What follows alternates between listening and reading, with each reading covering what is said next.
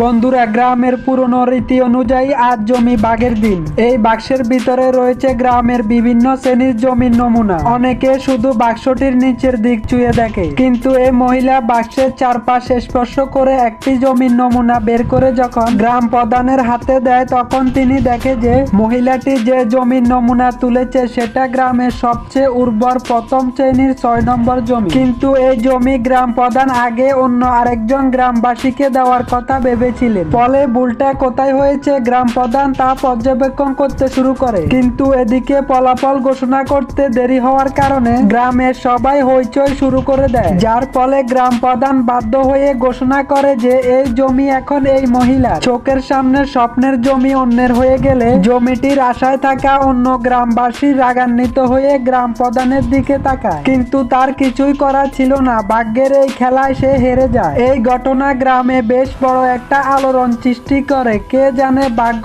কখন কোথায় কাকে নিয়ে যায়। তো বন্ধুরা, ভিডিওটি ভালো লাগলে একটি ভালোবাসা দিবেন, আর আপনি কোথা থেকে দেখছেন অবশ্যই কমেন্টে জানাবেন।